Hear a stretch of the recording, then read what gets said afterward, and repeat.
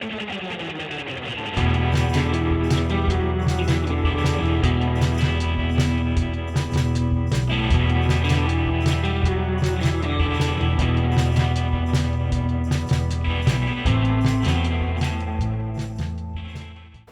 Guys, जैसा आप देख सकते हो सर्दियाँ आ गई हैं। मई का मौसम चल रहा है, मई का महीना चल रहा है एंड अब 3-4 महीने यही हिसाब रहने वाला है। बारिश होनी है डेली, हवाएं बहुत चलती हैं।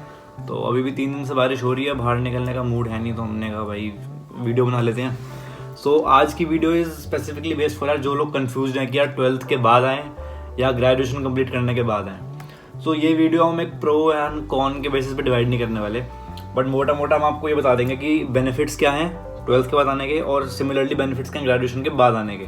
तो ये आपका पर्सनल ओपिनियन है, तो हम आपको पॉइंट्स बताएंगे जो आपको ज़्यादा बेटर लगे। आपको लग रहा है कि यार 12th के बाद आना बेनिफिशियल है तो आप 12th के बाद आओ, और स्पीकिंग की अगर आपको लग रहा है ग्रेजुएशन के बाद आना आपके लिए बेनिफिशियल है तो आप ग्रेजुएशन के बाद आओ। अब बात करते हैं जो भी भाई लोग हमारे 12th के बाद आ रहे हैं। सबसे पहला बेनिफिट ये होता है कि 17-18 साल के बंदे यूजुअली यहाँ पे आ रहे होते हैं ग्रेजुएशन करने के लिए, और जो मास्टर्स करने आते हैं वो होते हैं ऑलरेडी 20 से 21 साल के। सो आपको ऑलरेडी 3 साल का बफर मिलता है, आप ऑलरेडी 3 साल उनसे पहले होते हो। इसका बेनिफिट ये मिलेगा कि आपको पीआर जल्दी मिलेगा, यहाँ पे आप इजीली अडेप्ट कर पाओगे उनसे जल्दी। अब बात करते हैं जो इंडिया और पाकिस्तान से लोग आ रहे होंगे, स्पेशली अपनी कंट्री में पार्ट टाइम जॉब नहीं कर सकते, फुल टाइम कोर्स होता है वहाँ पे, बिकॉज वहाँ पे सुबह से लेके दोपहर तक के कॉलेज होते हैं या फिर शाम टाइम के, उसमें तुम काम नहीं कर सकते। यहाँ पे टाइम की फ्लेक्सिबिलिटी होती है, आप काम कर सकते हो side by side. Earning master से थोड़ी सी कम होती है बट मैनेजेबल है, आप अर्न फिर भी कर लोगे। अब लास्ट पॉइंट जो मेरे को इसका अच्छा लगता है वो आता है you can change the stream easily.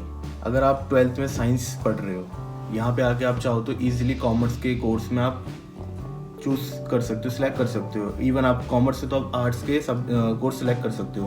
Course की फ्लेक्सिबिलिटी आपको बहुत इजीली मिल जाती है। एक इसका नेगेटिव पॉइंट मेरे को ये लगता है कि बंदा 17-18 साल का होता है तो वहाँ से दूसरी कंट्री आ रहा होता है तो इतना मैच्योर नहीं होता। बहुत सारी चीज़ें उसको लाइफ में पहली बार फेस कर रहा होता है, खर्चे हैंडल करना, नए नए लोगों से मिलना, तो टफ हो सकता है। वो इंडिविजुअल पे डिपेंड करता है, but most of the case में लोग इतने मैच्योर नहीं होते हैं। तो यार अगर आप ग्रेजुएशन की बात करें तो ग्रेजुएशन में आप कोर्स को अपग्रेड करना है, डाउनग्रेड करना इतना ईजी नहीं होता जितनी फ्लेक्सिबिलिटी आपको 12th के बाद आने में मिलती है। तो लाइक अगर आप मास्टर्स कर रहे हो और आपको 6 मंथ्स डाउन द लाइन अगर आपको कोर्स स्विच करना है तो बहुत लंबी डॉक्यूमेंटेशन होती है, बहुत फॉर्मेलिटीज़ होती हैं and most of the cases में चांसेस होता है कि यार आपका COE कैंसिल हो जाए, क्योंकि COE is entirely based on जो कोर्स आप कर रहे हो। तो अगेन गवर्नमेंट के ऊपर है कि वो आपका वीज़ा एक्सटेंड करे ना करे, बहुत ही डाइसी सिचुएशन हो जाती है। तो आई वुड रिकमेंड कि यार थरो रिसर्च करो कोर्स की एंड यूनिवर्सिटी की बिफोर कमिंग है, क्योंकि स्विच करना यार आसान नहीं है। लोग कहते हैं स्विच कर लेंगे 3 महीने बाद, 6 महीने बाद, बट यार जब करने पे बात आती है ना तो कोई नहीं करता।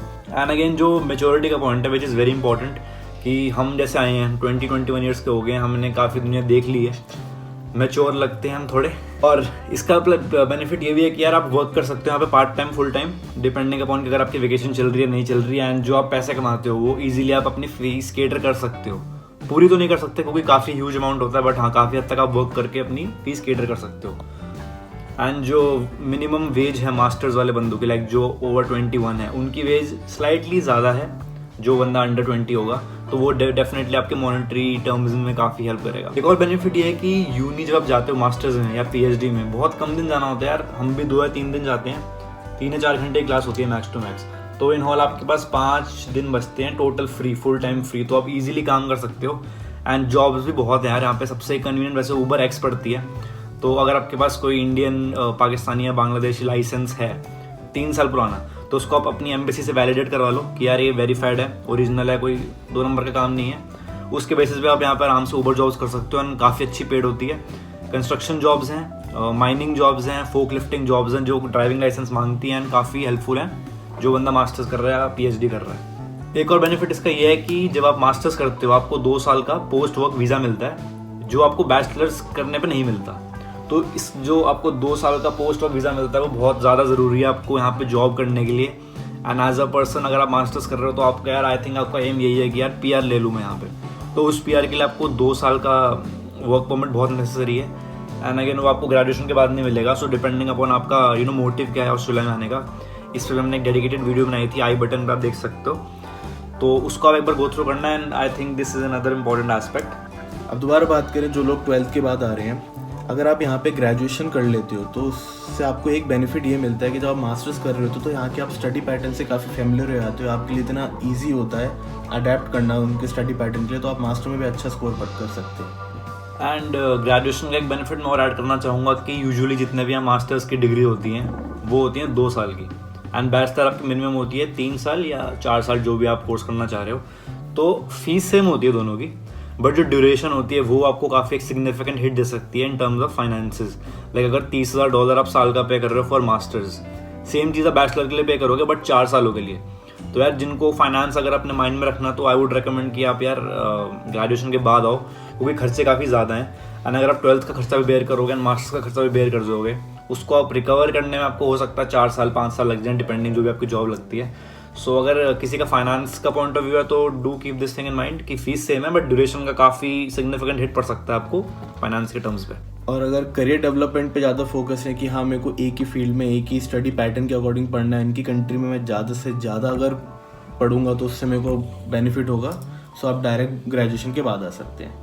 सो ये डिपेंड इंडिविजुअल पे डिपेंड करता है। जिन लोगों को अगर फाइनेंशियल एस्पेक्ट सही लग रहा है तो वो डायरेक्ट ग्रेजुएशन के बाद आए, जिनको अपना स्टडी पैटर्न या फिर करियर मोटिव ज़्यादा उनका, वो डायरेक्ट 12th के बाद आ जाए। एक और प्लस पॉइंट ग्रेजुएशन का ये है, लाइक ग्रेजुएशन के बाद अगर आप आते हो मास्टर्स के लिए, तो यार आपके पास as a set free time होता है काफ़ी, आप बहुत सारी चीज़ें एक्सप्लोर कर सकते हो। लाइक यार आप इतना खर्चा करके बाहर आ रहे हो, फॉरेन पढ़ने आ रहे हो, ऐसा तो है नहीं यार सिर्फ 24/7 आप पढ़ते रहोगे। तो लेट्स से अगर आप ग्रेजुएशन करने आते हो तो एज अ सेट की वर्किंग आवर्स आपके स्टडी आवर्स बहुत ज़्यादा होते हैं, तो आपके पास इतना टाइम नहीं होगा कि आप यहाँ का कल्चर एक्सप्लोर कर सको, यहाँ की जगहें घूम सको, यहाँ पे लाइफ एंजॉय कर सको। सो आई थिंक ये इतना ह्यूज एक इफेक्ट करेगा नहीं आपकी पॉइंट्स को, बट पॉइंट यही है कि अगर आप ग्रेजुएशन के बाद आते हो तो आपके बहुत टाइम होता है यहाँ सिटी एक्सप्लोर करने की। एंड हमारा पर्सनल ओपिनियन ये है कि यार अगर आप इतना पैसा खर्च करके आ रहे हो, so why not explore the country as well. So guys ये हमारे बेसिकली एक ओवरव्यू था ऑफ बोथ द थिंग्स कि यार आप 12th के बाद आओ या आप ग्रेजुएशन के बाद आओ। सो आई गेस हमने मैक्स पॉइंट्स कवर कर दिए हैं जो इफेक्ट करना चाहिए आपके डिसीजन को। So like what ever guys you think कि आपको यार लग रहा है कि आपका बेनिफिट 12th के बाद आने में ज़्यादा है, सो गो फॉर दैट। एंड अगर आपको लगता है कि मास्टर्स के टाइम आना आपका ज़्यादा बेनिफिशियल रहेगा like us, so you welcome to do that. And I hope हमने आपको समझा दिया अच्छे से लाइक किस बेसिस पे आपका डिसीजन होना चाहिए। सो ये थी आज की वीडियो। आपको कोई भी डाउट हो रिगार्डिंग दिस वीडियो या कोई और वीडियो के रिगार्डिंग हमें प्लीज़ कमेंट सेक्शन में बताइए। प्लस हम अपने और डिटेल्स डाल के रखते हैं तो आप हम उसमें भी हमें DM कर सकते हैं। हम लोग को रिस्पॉन्ड कर रहे होते हैं, उनकी जितनी क्वेरीज होती हैं वो दूर कर रहे हैं। इंस्टाग्राम पे भी काफ़ी लोग मैसेज कर रहे हैं and we are dedicatedly responding to them. तो डू लेट अस नो कुछ हो और तो माइंड में यार कुछ किसी और के रिगार्डिंग वीडियो चाहिए हो तो यार will always be happy to help you guys. And that's it, see you in the next one.